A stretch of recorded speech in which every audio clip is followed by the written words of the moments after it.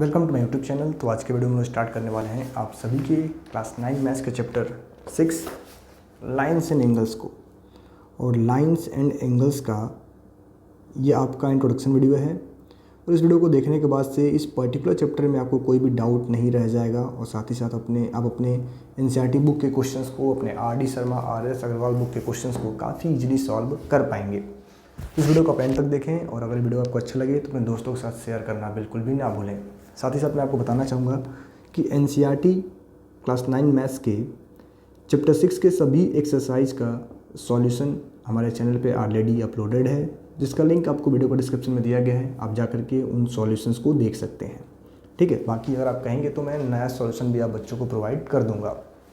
देखो, जो हमारा लाइन्स एंड एंगल चैप्टर है, तो पहले तो हम लोग यहाँ पर स्टार्ट करते हैं किससे? लाइन से। तो देखो, हमारे पास दो टाइप की लाइन्स होती हैं। एक होता है आपका पैरेलल लाइंस, ठीक है। एक होता है आपका इंटरसेक्टिंग लाइंस, ठीक है। ये आपका कौन सा है? तो ये आपका पैरेलल लाइंस है। ये आपका पैरेलल लाइंस है जो आपस में कभी कट नहीं करेंगी। ये आपका इंटरसेक्टिंग लाइंस है जो कि किसी एक पॉइंट पे एक दूसरे को कट कर रही होंगी, ठीक है। फिर एक आपका आता है कौन सा line? Coincident line. Coincident line, coincident lines मतलब कि ओवरलैपिंग लाइन। ये लाइन है और इसी के ऊपर हमने दूसरा लाइन भी ड्रॉ कर दिया। इस टाइप के लाइंस को बोलते हैं कोइंसिडेंट लाइंस। तो ये तीन टाइप के पास हमारे पास लाइंस होती हैं और इन्हीं लाइंस के बारे में हमें इस चैप्टर में पढ़ना होता है, हमें समझना होता है, ठीक है। तो आप तीन तरीके से लाइन को ड्रॉ कर सकते हो। तो अगला जो हमारा कॉन्सेप्ट आता है वो है एंगल्स। लाइंस का जो हमारा पैरेलल लाइन का कॉन्सेप्ट है, इसको हम लोग आगे डिस्कस कर रहे होंगे इस वीडियो में, ठीक है। फिलहाल हम लोग सबसे पहले अपने चैप्टर को स्टार्ट करते हैं किससे? एंगल से। देखो, एंगल क्या होता है, तो सबसे पहले तो आप लोग एंगल का डिफिनेशन समझो। एंगल का डिफिनेशन क्या है कि जब किसी एक पर्टिकुलर पॉइंट से अगर हम दो रे को ओरिजिनेट करें, ये आपका रे मान लो ओ ए रे है और इसी पॉइंट से हमारा रे जा रहा है ओ बी रे जा रहा है, तो इनके बीच में जो है ये गैप आया, ये जो इनके बीच का डिस्टेंस है, इसी को बोला गया एंगल्स। क्या बोला गया?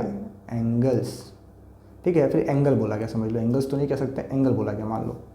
इन्हीं को बोला गया एंगल, ठीक है। जो इनके दोनों लाइंस के बीच का गैप है, इसको बोला गया एंगल। ये जो हमारे पॉइंट ओ है, इसको हम बोलते हैं वर्टेक्स। ये सब आपको याद होना चाहिए। पॉइंट ओ को हम लोग क्या बोलते हैं? वर्टेक्स बोलते हैं। और ये जो हमारा लाइन है, ओ ए लाइन एंड ओ बी रे है, आपका रे कह लो, लाइन तो नहीं कहेंगे। ओ ए रे एंड ओ बी रे है, इनको हम बोलते हैं आर्म्स ऑफ द एंगल।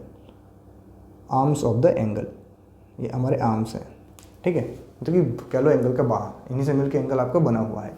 तो ये आपका एंगल का कह लो एक पूरा डिफिनेशन रहा।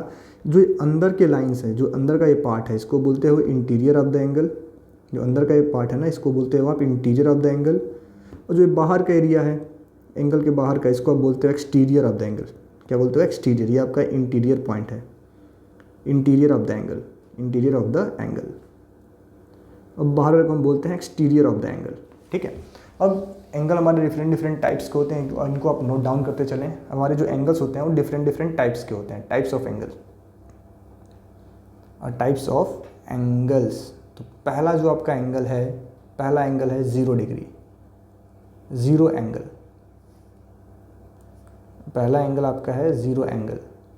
आप बच्चों को पता होगा, जिसका मेजरमेंट होता है 0 डिग्री, उसको हम बोलते हैं 0 एंगल। दूसरा हमारा आता है एक्यूट एंगल। एक्यूट एंगल का मतलब क्या है? जिसका मेजरमेंट क्या हो, 0 से बड़ा होगा और 90 डिग्री से छोटा होगा। इस टाइप के एंगल को बोला गया एक्यूट एंगल। मान लो कि एंगल एक्स है, जिसका मेजरमेंट 0 से बड़ा हो और 90 से छोटा हो, उसको हम बोलते हैं एक्यूट एंगल। क्या बोलते हैं उसको हम लोग? Acute angle. देन आपका एक एंगल आता है 3rd नंबर पे, राइट एंगल। जिसका मेजरमेंट 90 डिग्री हो, उसको आप बोलते हो राइट एंगल। जिसका मेजरमेंट किसके इक्वल हो? 90 डिग्री के इक्वल हो, इसको आप बोलोगे राइट एंगल, ठीक है। जिसका भी मेजरमेंट 90 डिग्री होगा, उसको आप बोलोगे right angle. Then 4th number पे आपका आता है ऑब्ट्यूस एंगल। ऑब्ट्यूस एंगल का मतलब क्या है? ऐसा एंगल जो 90 डिग्री से तो बड़ा होगा बट 180 डिग्री से छोटा होगा, इसको हम बोलते हैं ऑब्ट्यूस एंगल, ठीक है। देन 5th नंबर पे आपका आता है straight angle.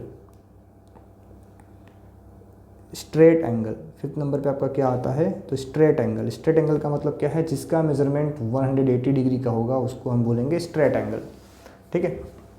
Then sixth position पे आपका आता है रिफ्लेक्स एंगल।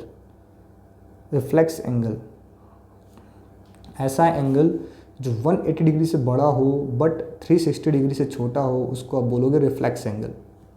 क्या बोलोगे, रिफ्लेक्स एंगल, ठीक है। तो ये आपका कह लो ये एंगल है। देन सेवेंथ नंबर पे आपका आता है complete angle. Complete angle, complete angle का मतलब क्या है, जिसका मेजरमेंट 360 डिग्री होगा उसको आप बोलोगे कंप्लीट एंगल। तो ये हमारे डिफरेंट टाइप्स के एंगल होते हैं जिनके बारे में आप बच्चों को एकदम 100% पता होना चाहिए। इनको यूज करके आप क्वेश्चंस को सॉल्व कर रहे होते हो। बाकी भी अदर टाइप्स होते हैं जिनको हम लोग आगे डिस्कस कर रहे होंगे, ठीक है। देन अगला जो पॉइंट आपको याद रखना है, वो जो हमारे दो टाइप के एंगल होते हैं, एक होता है हमारा complementary angle, complementary angle, complementary angle और दूसरा आपका होता है supplementary angles.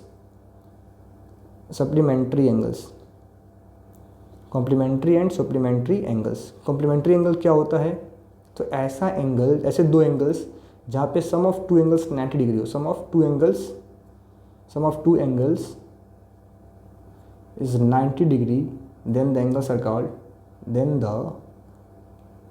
angles are called complementary of each other, complementary of each other, then the angles are called complementary of each other. दूसरा क्या है कि when sum of two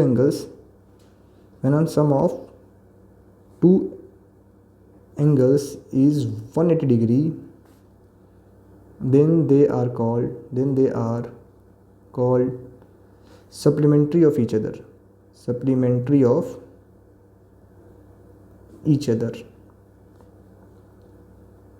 ठीक है। मतलब कि एग्जाम्पल आप समझ लो कि अब मानो हमने दो एंगल लिया, एक एंगल लिया हमने 30 डिग्री, दूसरा लिया 60 डिग्री, दोनों का सम आ गया 90 डिग्री। तो इनको आप बोलोगे दोनों एक दूसरे के कॉम्प्लीमेंट्री हैं। और यहाँ पे मानो आपने लिया 120 डिग्री और एक लिया आपने 60 डिग्री, दोनों का सम आ गया 180 डिग्री। तो इनको आप बोलोगे दोनों एक दूसरे के सप्लीमेंट्री हैं। क्या है, सप्लीमेंट्री हैं। तो ये दो एंगल्स भी हमें जानना चाहिए, इनसे अक्सर आपके एग्जाम्स में क्वेश्चन आप बच्चों से पूछे जाते हैं, ठीक है। देन अदर जो हमारे डिफरेंट टाइप्स ऑफ एंगल्स हैं, इसमें एक आपका आता है एडजेसेंट एंगल्स। इसको आप ध्यान से समझेंगे, एडजेसेंट एंगल्स, एडजेसेंट एंगल्स। इसका मतलब क्या है कि मानो हमने एक एंगल ड्रॉ किया, एक पॉइंट O पे हमने एक एंगल ड्रॉ किया OAB, और सेम पॉइंट O पे हमने एक और रे बना दिया। मान लो आपका ये रे C है, मान लो ये हमने एक और रे यहाँ पे ड्रॉ कर लिया C। तो ये जो दो एंगल हमारे हैं ना, एंगल OAB और एंगल OBC, दोनों हम क्या बोलेंगे, these are the adjacent angles. अब एडजेसेंट एंगल को पहचानने का तरीका क्या है कि देखो ये जो हमारा आर्म है, OB आर्म है, ये दोनों ही एंगल में कॉमन है। आप इस एंगल को बनाओ, एंगल BOC आप ड्रॉ कर लो तो आपको OB बनाना पड़ेगा, या फिर आप एंगल AOB ड्रॉ करो तो भी आपको OB लाइन तो बनाना ही पड़ेगा। तो जब भी आपको ऐसा एंगल्स दिख जाए जहाँ पे एक आर्म कॉमन हो, तो उस एंगल्स को हम बोलते हैं एडजेसेंट एंगल्स। क्या बोलते हैं हम लोग, एडजेसेंट एंगल्स, ठीक है।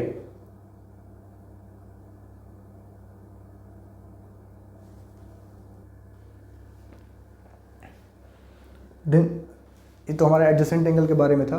और अगला हमारा एंगल है आपका जो, वो आपका है लीनियर पेयर। लीनियर पेयर, तो अब बच्चों को ध्यान से इसको भी समझना है। लीनियर पेयर में क्या होता है कि मानो हमें दिया जाए एक स्ट्रेट लाइन दिया जाए। मानो हमें एक स्ट्रेट लाइन दिया गया AB, और इसके किसी एक पॉइंट O पे हमने एक रे ड्रॉ कर दिया। मान लो आपका ये OC रे है, ठीक है। तो ये जो हमारे दो एंगल्स हैं ना, इन दोनों का सम होगा 180 डिग्री। इनको हम बोलते हैं linear pair. Sum of this two angles is 180 degree, और इनको आप क्या बोलोगे, ये हमारे लीनियर पेयर हैं, लीनियर पेयर्स, ठीक है। आपको याद रखना है। देन अगला हमारा आता है कि जब दो स्ट्रेट लाइंस आपस में इंटरसेक्ट करेंगी। अगर मान लो दो स्ट्रेट लाइन आपस में इंटरसेक्ट कर रही हैं, तो यहाँ पे हमारे पास टोटल 4 एंगल्स बनते हैं ना। ये वाला एंगल ये इसके इक्वल होगा, ये वाला एंगल हमारा इसके इक्वल होगा, इसको हम बोलते हैं vertically opposite angle, vertically opposite angles. आप क्या बोलते हो, वर्टिकली अपोजिट एंगल्स। इस केस में क्या होगा कि ये वाला एंगल आपके इसके इक्वल हो जाएगा और ये वाला एंगल आपके इसके इक्वल होगा, ठीक है। इसको हम बोलते हैं वर्टिकली अपोजिट एंगल्स। देन हम लोग आगे बढ़ते हैं। आगे जो हमारा अगला कह लो टॉपिक है, अगला पॉइंट जो हम बच्चों को समझना है वो है आपका पैरेलल लाइंस, ठीक है।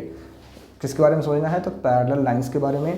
पैरेलल लाइंस का मतलब क्या है कि मानो हमें दिया जाए कि दो स्ट्रेट लाइन, पैरेलल लाइंस समझने से पहले मैं पहले आपको कुछ बताना चाहूँगा। मानो आपको दो लाइंस दी जाए, ये दो लाइंस हमने ड्रॉ किया, ये दो लाइंस हमने ड्रॉ किया, ठीक है।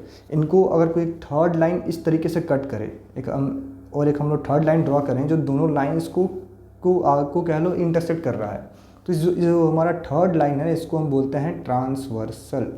ट्रांसवर्सल जो हमारा थर्ड लाइन है इसको आप क्या बोलोगे, ट्रांसवर्सल। मान लो आपका लाइन L है और ये लाइन M है और ये लाइन N है, तो जो लाइन N है वो लाइन L और लाइन M दोनों को इंटरसेक्ट कर रहा है, तो इस लाइन को हम बोलते हैं ट्रांसवर्सल। और यहाँ पे टोटल हमारे 8 एंगल्स फॉर्म हो रहे होते हैं। ये एंगल, ये वाला एंगल, ये वाला एंगल, ये वाला एंगल, ये एंगल, यहाँ पे एंगल फॉर्म होगा, यहाँ पे फॉर्म होगा और यहाँ पे फॉर्म होगा, ठीक है। तो इस तरीके से हमारे एंगल्स फॉर्म हो रहे होते हैं, तो इन्हीं के बारे में हमें डिटेल में पढ़ना होता है, ठीक है। तो हम आगे चलते हैं। अब मानो पैरेलल लाइन का मतलब क्या है कि हमने दो ऐसी स्ट्रेट लाइन ड्रॉ किया जो कभी एक दूसरे को आपस में इंटरसेक्ट नहीं करेंगी, तो इस टाइप्स के लाइंस को हम बोलते हैं पैरेलल लाइंस। मान लो आपका लाइन L है और ये लाइन M है और हमने इस पे ड्रॉ किया एक ट्रांसवर्सल।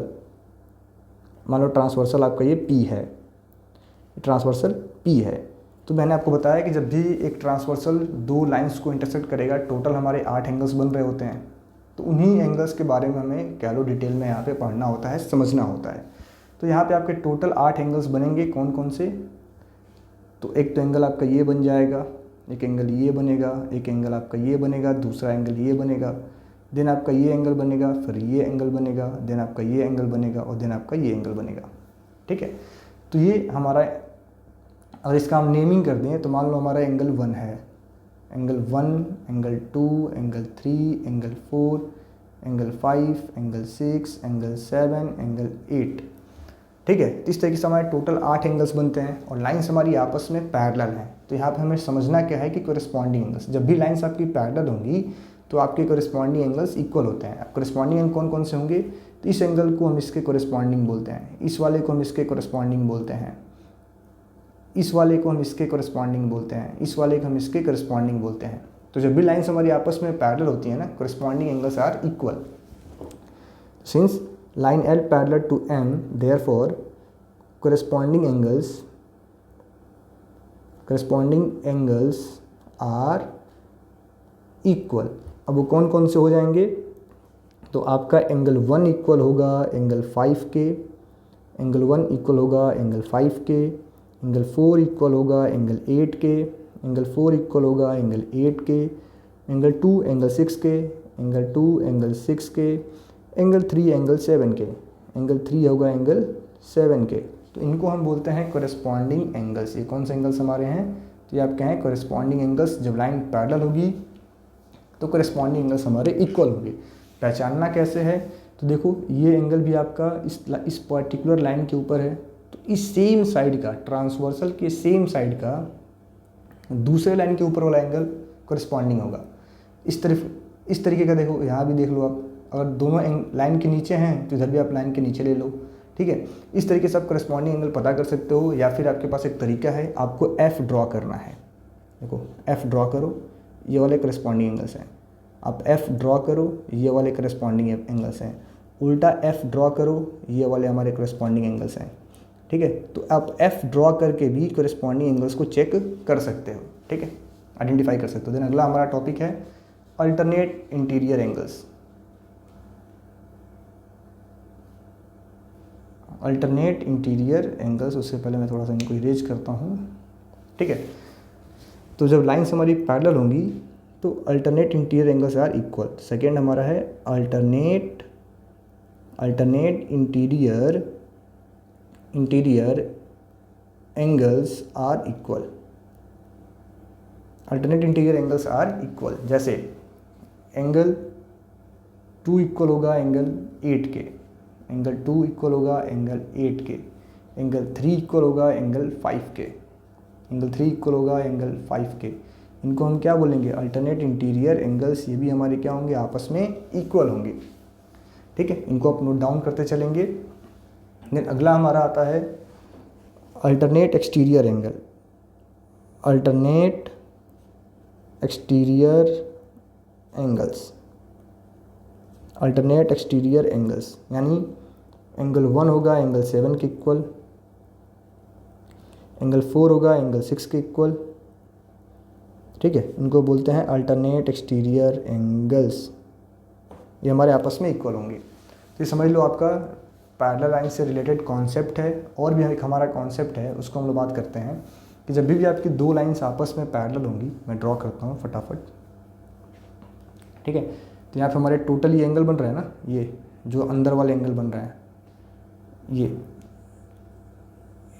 एंगल्स बन रहे हैं, इनको हम कहते हैं लाइंस। अगर हमारी आपस में पैरेलल हैं, अगर लाइन एल पैरेलल है एम के और पी हमारा ट्रांसवर्सल है, तो एंगल मान लो आपको कौन सा था ये एंगल, एंगल 2, एंगल 5, 3 और 8। एंगल 2 प्लस एंगल 5 होगा 180 डिग्री और एंगल 3 प्लस एंगल 8 भी होगा आपका 180 डिग्री। इनको हम क्या बोलते हैं? इनको हम बोलते हैं को इंटीरियर एंगल्स, को इंटीरियर एंगल्स। या फिर आप इसका एक और नाम लिख सकते हो पूरा डिटेल में, interior angles, interior angles on the same side of transversal, transversal are supplementary, are supplementary. ठीक है, ये आपको याद रखना है। तो ये रहा आपके क्वेश्चन नंबर, कह लो आपका मतलब पूरा का पूरा लाइन्स एंड एंगल्स चैप्टर का एक्सप्लेनेशन। कुछ एक पार्ट और बचा, मैं आपको बता दूं कि हमारे पास एक होता है ट्रायंगल, इसको आपको ट्रायंगल में पढ़ना होता है। कोई भी थ्री स्ट्रेट लाइन से मिलकर बने हुए फिगर को हम क्या कहते हैं? तो हम लोग कहते हैं ट्रायंगल। ये हमारा ट्रायंगल है। इसमें टोटल हमारे पास 3 एंगल होते हैं, angle A, angle B, angle C. ठीक है, 3 एंगल्स होते हैं, 3 ही हमारे पास वर्टेक्स होते हैं, 3 ही हमारे पास वर्टेक्स होते हैं। 3 हमारे पास साइड होती है, ए बी सी, ए सी। ठीक है, 3 हमारे पास साइड होता है। 3 ही हमारे पास एक्सटीरियर एंगल होते हैं, 3 ही हमारे पास एक्सटीरियर एंगल होते हैं, जो कुछ इस तरीके से होते हैं। ये आपके एक्सटीरियर एंगल्स हैं। ठीक है, और sum of all the angles, sum of all the angles, all the angles of a triangle, of a triangle is 180 degree, is 180 degree. आपको इतना याद रखना है, बाकी इसके बारे में आपको डिटेल में आगे पढ़ाया जाएगा। और कुछ एक प्रॉपर्टी है कि अगर हम एक ट्रायंगल ड्रॉ कर रहे हैं तो जो हमारा एक्सटीरियर एंगल होगा, जो हमारा एक्सटीरियर एंगल होगा, जो हमारा एक्सटीरियर एंगल होगा इस सम ऑफ अपोजिट इंटीरियर एंगल के इक्वल होगा। यानी अगर आप इसको एंगल 3 बोलते हो तो एंगल 3 इक्वल होगा एंगल 1 प्लस एंगल 2 के। यानी exterior angle of a triangle is equal to sum of 2 opposite interior angle. ठीक है, तो ये आपका कह लो पूरा जो चैप्टर 6 है उसका एक डिटेल इंट्रोडक्शन वीडियो था। तो बाकी मैंने आपको बता दिया कि हमारे इस चैनल पे ऑलरेडी आपका एनसीईआरटी के सभी एक्सरसाइज के क्वेश्चन का सॉल्यूशन अपलोडेड किया गया है, आप जाकर उनको देख सकते हैं। Thank you.